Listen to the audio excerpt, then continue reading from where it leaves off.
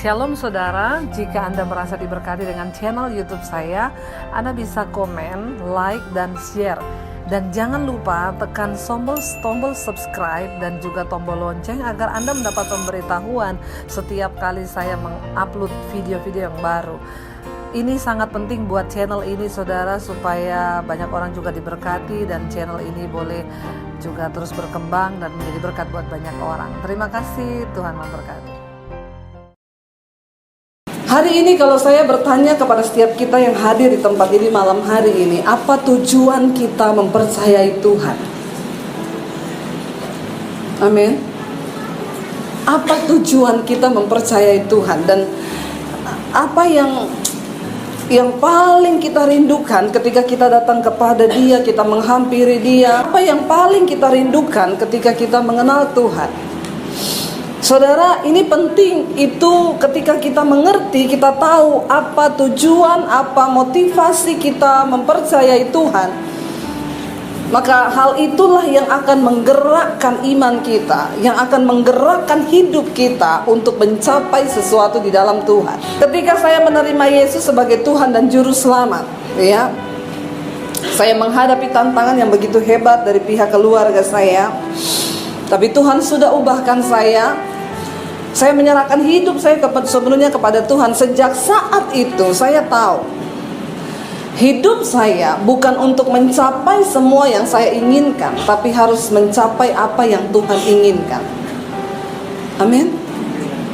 Untuk apa kita hidup hari ini? Supaya kita melakukan apa rencana dan kehendak Tuhan atas hidup kita.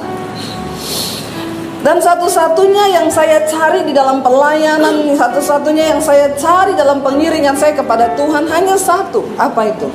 Perkenanan Tuhan. Amin. Kenapa kita memerlukan dan kita perlu cari sungguh-sungguh perkenanan Tuhan itu? Ada banyak orang yang telepon kepada saya, yang konseling kepada saya, "Ibu doakan bu, rumah tangga saya bermasalah. Ibu doakan usaha saya bermasalah. Ibu doakan kesehatan saya bermasalah. Ibu doakan ini, doakan itu." Saya bukan dukun yang bisa menjawab semua persoalan saudara. Jangan tambah-tambahin kerjaan saya. Ya. Saya akan menjawab, ibu, bapak, carilah perkenanan Tuhan. Amin. Sebab yang kita butuhkan lebih daripada jawaban doa kita, yang kita butuhkan lebih dari pemulihan rumah tangga, pemulihan ekonomi, pemulihan kesehatan, lebih dari semuanya itu yang terutama kita butuhkan adalah perkenanan Tuhan. Tapi sayangnya ada banyak orang ngaku Kristen, ngaku anak Tuhan, tapi dia hidup di luar perkenanan Tuhan. Inilah yang akan membuat hidup manusia berantakan, hidup manusia menjadi kacau. Kenapa? Karena kita keluar dari perkenanan Tuhan. Apa yang penting saudara? Kenapa kita harus dapat perkenanan Tuhan? Mari kita buka bersama 2 Korintus pasal yang ke-6 ayat yang kedua. Sebab Allah berfirman, "Pada waktu aku berkenan, aku akan mendengarkan engkau, dan pada hari aku menyelamatkan, aku akan menolong engkau. Sesungguhnya waktu ini adalah waktu perkenanan itu. Sesungguhnya hari ini adalah hari penyelamatan itu." Kenapa kita perlu mencari perkenanan Tuhan? Karena jelas sekali ayat ini berkata, Tuhan berfirman, "Pada waktu aku berkenan, aku mendengarkan engkau." Amin. Kenapa ada sebagian orang berkata, "Bu, doa saya gak pernah dijawab. Saya sudah lama berdoa, saya sudah lama menanti." Kenapa? Karena kita berada di luar perkenanan Tuhan. Saudara, apa sih tolak ukurnya Tuhan tuh berkenan atas hidup kita? Bukan ketika saya jadi pembicara hebat diundang kemana-mana. Bukan ketika dia pintar WL, pintar main musik, pintar apa saja. Bukan. Yang menjadi tolak ukur kekristenan kita itu sukses atau tidak adalah ketika kita hidup dalam perkenanan Tuhan.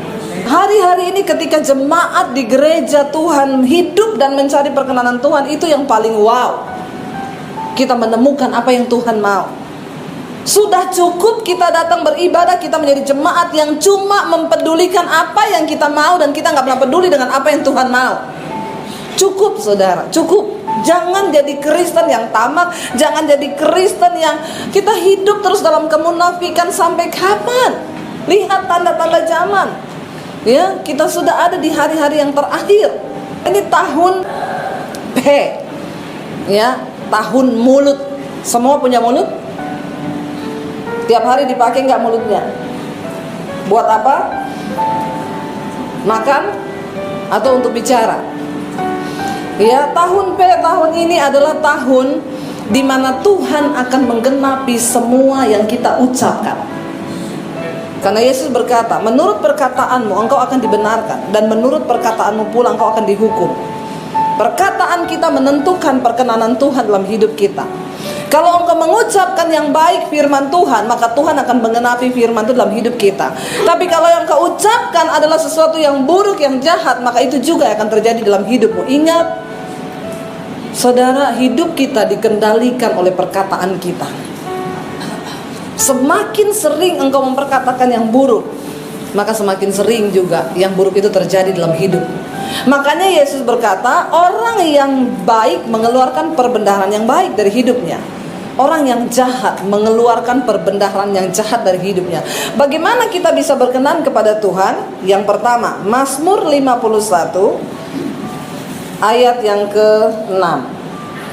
Sesungguhnya engkau berkenan akan kebenaran dalam batin, dan dengan diam-diam engkau memberitahukan hikmat kepadaku. Bagaimana supaya Tuhan berkenan kepada kita? Yang pertama, mari kita hidup di dalam kebenaran dari dalam batin kita. Amin. Orang pura-pura baik di luar bisa, ya bisa. Oh, kalau sekarang nih yang duduk di sini semua lagi baik. Ya, ada yang baik benar, ada yang pencitraan. Buktinya tidak ada yang merokok di sini. Amin. Nggak ada yang lagi marah-marah di sini. Semuanya kudus luar biasa. Kita berdoa supaya Tuhan datang pas kita lagi di gereja. Jadi kudus semua terangkat langsung. Ya. Kenapa saudara? Perkenanan Tuhan itu, ingat, bukan waktu kita ada dalam gedung gereja. Bagaimana kehidupanmu setelah kau keluar dari pintu gereja, itu yang menentukan. Amin. Tuhan itu berkenan kepada kebenaran dalam batin, dan dengan diam-diam engkau memberitahukan hikmat kepadaku. Bukankah yang kita rindukan dalam hidup ini adalah dipimpin oleh hikmat Tuhan? Kita bekerja dipimpin hikmat Tuhan, kita melayani dipimpin hikmat Tuhan, kita melakukan segala sesuatu dipimpin oleh hikmat Tuhan. Itu kan yang kita rindukan. Bagaimana kita bisa memperoleh hikmat Tuhan? Ayat ini jelas berkata, sesungguhnya Tuhan berkenan akan kebenaran dalam batin. Dan ketika dia temukan batin kita benar, maka dengan diam-diam, nggak ribut-ribut, ya, tetapi dengan diam-diam Tuhan memberitahukan hikmat kepadaku. Yang belum menikah berapa banyak di sini? Angkat tangan. Yang belum nikah, ya, jangan ngaku-ngaku. Yang udah nikah, jangan angkat tangan lagi. Yang belum menikah, angkat tangan. Saya bertanya serius, ayo angkat tangan. Ya, saudara yang belum menikah, untuk engkau bisa mendapatkan jodoh yang terbaik dari Tuhan, engkau butuh hikmat Tuhan. Bersyukurlah hari ini engkau ada di gereja. Karena itu berdoalah supaya engkau punya kebenaran dalam batin, dan Tuhan memberikan hikmat kepadamu supaya cari jodoh yang benar. Ingat ya, salah masak nasi nyesel 1 hari, salah pilih jodoh nyesel seumur hidup. Kalau saya ketemu orang konseling saudara, aduh udah berat bu, saya sama suami udah gak cocok bu, gimana, bertahan bu, tapi dia kasar bu, kalau maki-maki saya bu, aduh. Saya bilang, bu harusnya kita ketemu sebelum ibu nikah dulu. Tapi gimana, udah terjadi, bayar harga, berdoa. Berat bu, memang itulah konsekuensi. Ada yang konseling sama saya, Bu Debbie, saya punya pacar nih, iya, tapi omongannya keras bu, dia kasar sama saya, belum nikah aja udah maki-maki saya. Gimana ya bu? Putus dalam nama Yesus. Tapi saya cinta dia bu, saya sudah terlanjur cinta. Saya bilang, kalau lu mau ditempeleng terus tiap hari, nikah aja. Tapi setelah kamu nikah, saya gak mau kamu konseling sama saya. Saya blokir nomormu. Kadang-kadang orang udah ngerti nih jalan Tuhan, udah ngerti hikmat Tuhan, tapi karena hatinya dibutakan, dia nggak bisa saudara hidup dalam jalan Tuhan. Tuh kenapa? Karena tidak punya kebenaran di dalam batin. Jangan main-main saudara, ya. Buat yang belum menikah di sini berdoa. Lebih baik lama menikah tapi happy. Jadi saudara, kita butuh hikmat Tuhan di dalam menjalankan bisnis. Bapak-bapak, engkau butuh hikmat Tuhan. Kita nggak bisa berjalan dengan kepandaian kita sendiri. Kenapa? Alkitab berkata, terkutuklah orang yang mengandalkan pikirannya sendiri, yang berjalan menurut hikmatnya. Satu kali saya lagi pelayanan waktu itu di Solo, saudara. Dulu saya pelayanan di Solo di acara Lain Doa. Jadi itu acara di radio mulai jam 10 malam, ya, sampai hampir jam 12 malam. Mereka cari hamba Tuhan gak ketemu. Kenapa? Yang pertama itu malam, yang kedua gratis, tidak dapat PK. Lalu ditawarkanlah kepada saya dan saya mau, ya. Lalu saya mau saudara. Kenapa? Karena saya cuma pikir itu jiwa-jiwa. Lalu dibuka acara Lain Doa. Begitu selesai saya menyampaikan renungan singkat, mulai dibuka telepon, ya. Itu telepon berdering, ibu dari ibu ini doakan bu, suami saya lari. Oh iya, saya catat namanya siapa di radio ini. Selesai pelayanan, mau pulang, ada pegawai di radio itu ngomong, Ibu Debbie, iya, ibu ditunggu satu orang bapak di ruang tamu. Siapa malam-malam begini? Nggak tahu bu, pokoknya dia tunggu ibu di situ. Saya keluar saudara, saya bilang, iya, bapak cari saya. Dia tanya gini, Anda pendeta yang tadi berdoa-berdoa di telepon, di radio itu? Saya bilang, iya pak, ada apa ya pak? Anda nggak ada masalah? Saya kaget saudara. Ini orang stres kan pasti. Model begini stres nggak? Banget, tingkat tinggi. Dia bilang, kenapa Anda nggak ada masalah? Saya bilang, kenapa ya pak ya? Kenapa Anda doa-doakan orang? Hebat banget ya. Saya tadi tuh di jalan, saya lagi setelan radio di mobil. Saya putar ketemu channel ini. Tiba-tiba saya dengar Anda dengan lantangnya, saudara yang ada masalah, iya silakan telepon ke sini. Lalu Anda berdoa buat mereka. Emang situ nggak ada masalah? Saya tanya gini aja, Bapak lagi puyeng ya? Saya balik bertanya sama dia, iya nggak saudara? Pak, saya ini hamba Tuhan, saya ada masalah, tapi kerjaan saya melayani orang yang bermasalah. Tapi ibu ada masalah, banyak pak. Bapak mau doakan saya? Dia bilang, enggak bu, enggak, saya sudah cukup punya masalah. Lalu kami terlibat dalam pembicaraan. Duduk pak, duduk, ya. Bukan kebetulan Bapak mampir ke sini, Tuhan yang kirim Bapak, walaupun Bapak datang dengan cara yang tidak mengenakan. Tapi kita sudah bertemu, silakan Bapak bicara. Bu, saya ini tadi lagi stres di mobil. Ya, tender saya gagal, semua bisnis saya hancur gini-gini. Saya lagi puyeng memikirkan jalan hidup saya. Saya buka channelnya, ibu lagi mendoa-doakan orang. Pak, Bapak selama ini berbisnis melibatkan Tuhan?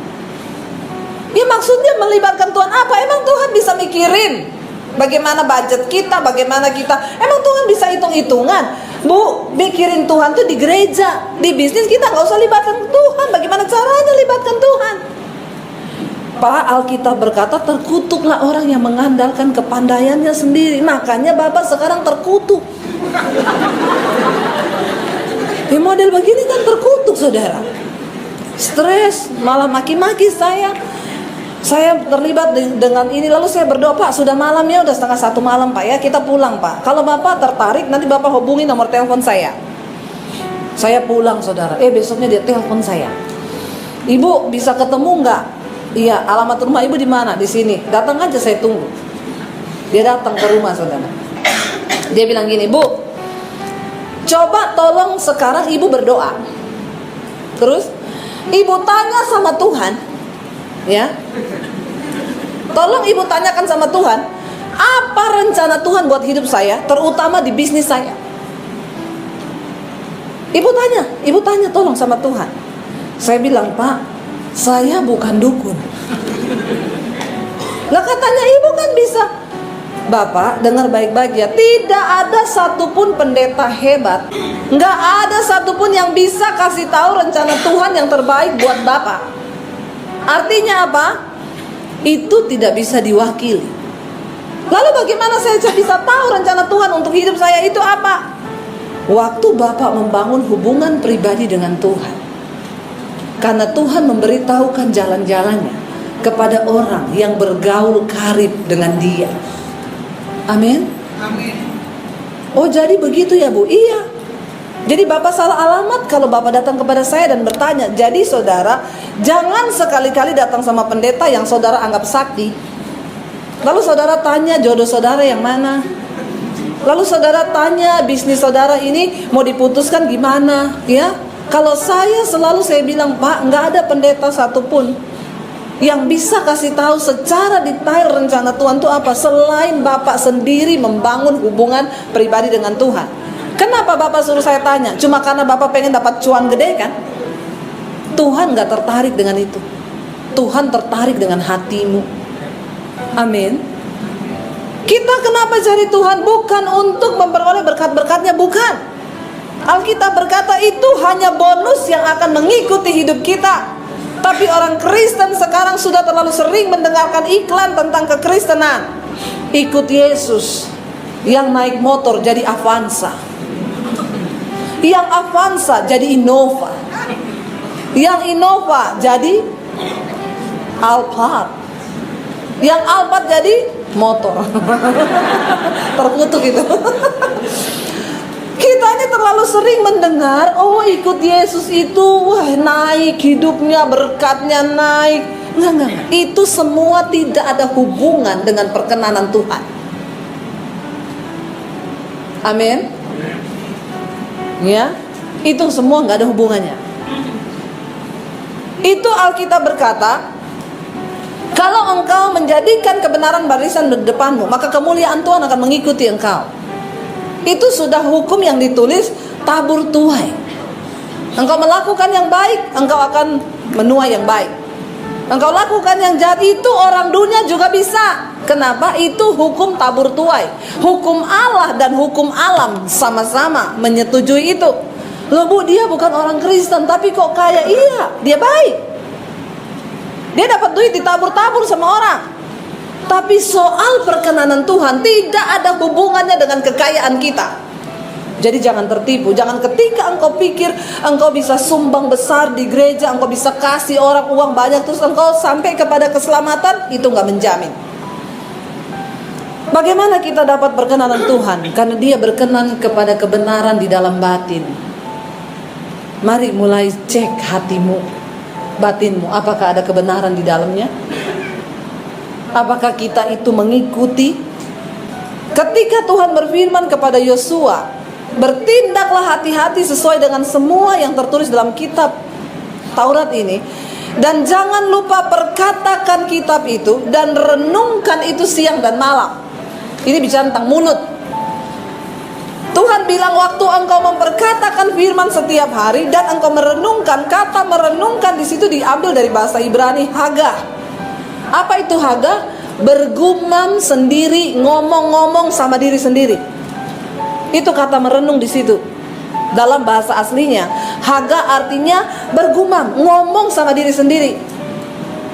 Jadi Alkitab berkata, Yosua, perkatakan firman itu setiap hari, lalu bergumam dalam dirimu. Ngomong-ngomong sendiri. Saudara pernah ngomong sendiri gak sama diri saudara? Pernah? Yang pernah ngomong sama diri sendiri siapa? Angkat tangan yang pernah ngomong sama diri sendiri. Yang tidak pernah ngomong, angkat kaki.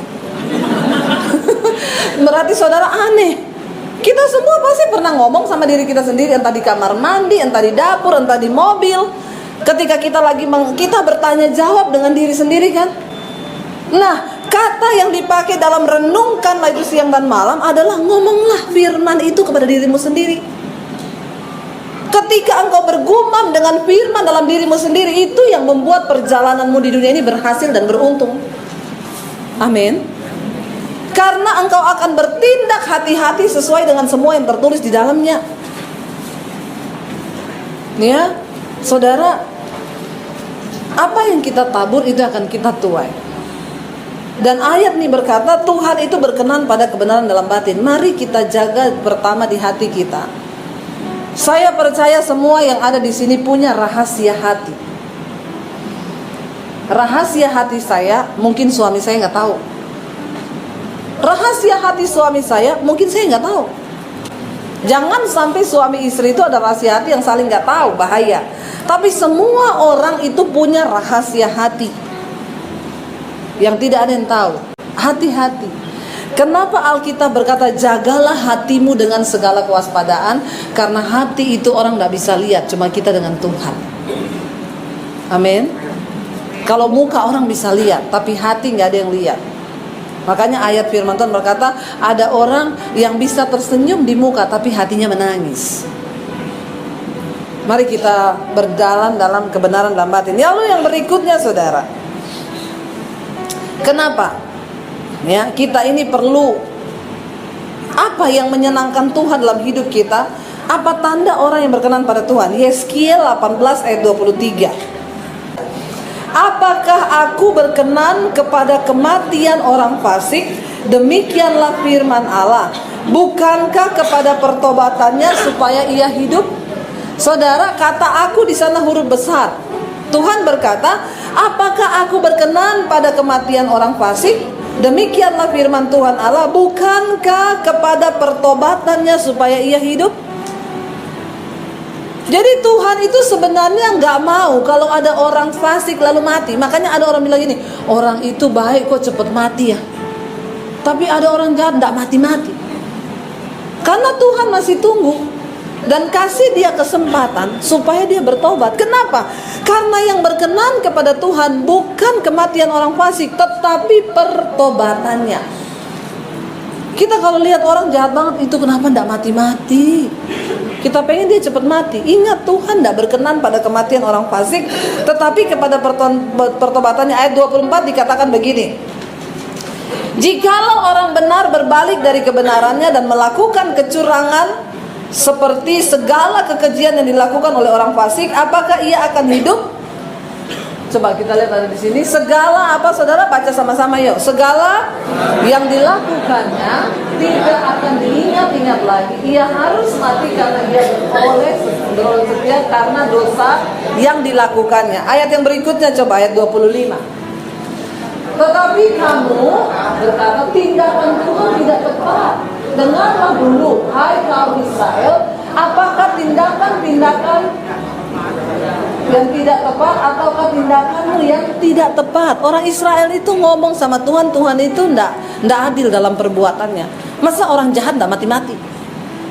Ya, Tuhan bilang, aku nggak berkenan pada kematian orang jahat. Yang aku kenan adalah pertobatannya. Dia masih kasih kesempatan. Ayat yang berikutnya kita baca, kalau orang benar berbalik dari kebenarannya dan melakukan kecurangan sehingga ia mati, ia harus mati karena kecurangan yang dilakukannya. Lalu ayat berikutnya, sebaliknya kalau orang fasik bertobat dari kefasikan yang dilakukannya dan ia melakukan keadilan dan kebenaran, ia akan menyelamatkan nyawanya.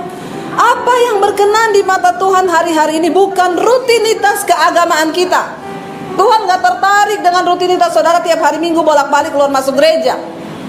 Kalau engkau tidak sungguh-sungguh hidup dalam pertobatan, maka engkau tidak berkenan kepada Tuhan. Halo Bapak Ibu, saya mau bilang malam ini, selama Tuhan masih kasih kita waktu, terlalu besar kasih Tuhan, Dia menunggu terlalu lama. Alkitab berkata sudah terlalu banyak waktu yang engkau pakai untuk hidup menuruti hawa nafsumu. Ini saatnya kita hidup dalam pertobatan dan menyenangkan Tuhan. Kenapa? Karena kita nggak pernah tahu apa yang akan terjadi. Yang namanya kematian, kita nggak pernah tahu kapan datangnya. Tapi selama Tuhan kasih kita kesempatan hidup, mari kita kejar perkenanannya. Terakhir, Rasul Paulus berkata begini, 2 Korintus 5 ayat 9 dan ayat yang ke-10. Apa kata Rasul Paulus? Kita baca sama-sama. Sebab itu juga kami berusaha, baik kami diam dalam tubuh ini maupun kami diam di luarnya, supaya kami berkenan kepadanya. Sebab kita semua harus menghadap tahta pengadilan Kristus, supaya setiap orang memperoleh apa yang patut diterimanya sesuai dengan yang dilakukannya dalam hidupnya ini, baik ataupun jahat. Rasul Paulus bilang, entah aku hidup di dalam tubuhku, entah aku mati nanti keluar dari tubuhku, yang aku rindukan adalah aku tetap berada dalam perkenanan Tuhan. Kenapa? Dia bilang, karena aku tahu satu saat nanti kita semua akan berdiri di hadapan tahta pengadilan Kristus, supaya setiap orang memperoleh apa yang patut diterimanya sesuai dengan yang dilakukannya dalam hidupnya, baik ataupun jahat. Saudara, mari kita tinggalkan segala kemunafikan kita dan kita belajar hidup di dalam pertobatan. Apakah Tuhan menerima saya kotor? Tidak ada dosa yang terlalu kotor. Selama engkau mau bertobat, Tuhan menerima engkau. Kenapa? Karena Yesus datang sebagai dokter, dan bukan orang sehat yang butuh dokter, tapi orang sakit. Tapi jangan mau sakit terus, amin. Nanti mati loh kalau sakit terus. Bertobat, sekali ketemu dokter sembuh, karena dikasih antibiotik sama Yesus, anti dosa, amin. Saya mendengar satu kali ada laki-laki yang WA ke saya, Bu, saya bukan orang Kristen tapi saya lihat channel YouTube Ibu. Terus tadinya saya buang terus, itu muncul di timeline saya, di layar saya muncul, saya buang. Tahu-tahu satu kali saya tergoda untuk ngeklik, saya klik tik, tiba-tiba saya dengerin khotbah Ibu yang pertama itu, bos saya kayak kesetrum. Padahal yang di sini nggak pernah kesetrum tuh ya. Bolak-balik saya khotbah biasa aja ya saudara ya. Bergetar juga enggak ya. Itu kesetrum loh. Lalu dia bilang, sejak saat itu saya dengerin khotbah Ibu sehari 2 kali, kayak orang minum obat, lapar dan haus. Dia dengar pagi sore. Lalu dia bilang sama saya satu kali, dia telepon, Bu, yang saya heran sekarang, saya setiap kali mau tidur malam ada suara yang berkata, bertobatlah, tinggalkan dosamu. Itu suara apa, Bu? Saya bilang, itu suara Tuhan. Iya, Bu, iya, yang suruh kamu bertobat itu suara Tuhan. Kecuali kamu dengar gini, pakailah bajumu, pergi ke diskotik, dugem-dugem lah, itu suara setan. Ya, jangan terbalik saudara. Waktu saudara lagi bete itu saudara dengar suara bilang, mending dugem, cari penghiburan. Lalu saudara bilang, terima kasih Tuhan buat jawabanmu hari ini, saya boleh pergi dugem karena Tuhan berbicara. Itu setan. Jangan terbolak-balik saudara. Lalu dia bilang, Bu, oke, saya mau tanya, saya seorang homoseksual, apakah homoseksual itu dosa? Saya bilang iya. Kenapa dosa, Bu? Karena itu melanggar kodrat ilahi. Tuhan ciptakan laki-laki sama perempuan, jantan sama betina. Kamu pernah lihat nggak kucing jantan kawin sama kucing jantan? Dia bilang nggak pernah, Bu. Nah, kucing yang tidak ada akal budi, bener nggak? Kucing yang tidak ada akal budi aja tahu bahwa takdirnya jantan kawin sama betina. Kalau ada manusia yang laki-laki mau kawin sama laki-laki, ini kan lebih bejat dari kucing. Bener nggak saudara? Dia bilang, iya Bu Debbie. Pertanyaan saya, apakah homo bisa sembuh? Bagi Yesus tidak ada yang mustahil.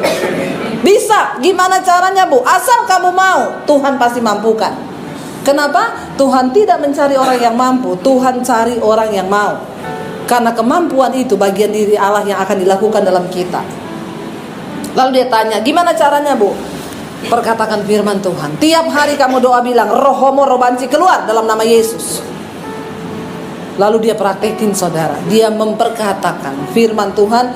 Sebulan penuh dia telepon saya, Ibu, saya sudah berdoa seperti yang Ibu bilang. Terus, benar Bu, sekarang saya jijik dengan percabulan dan kenajisan yang saya lakukan selama ini. Saya jijik jadi homo, Bu.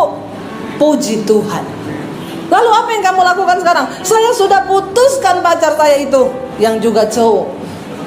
Sekarang banyak ya saudara, yang ketangkap di Sunter, yang ketangkap di PIK, itu laki-laki ganteng-ganteng.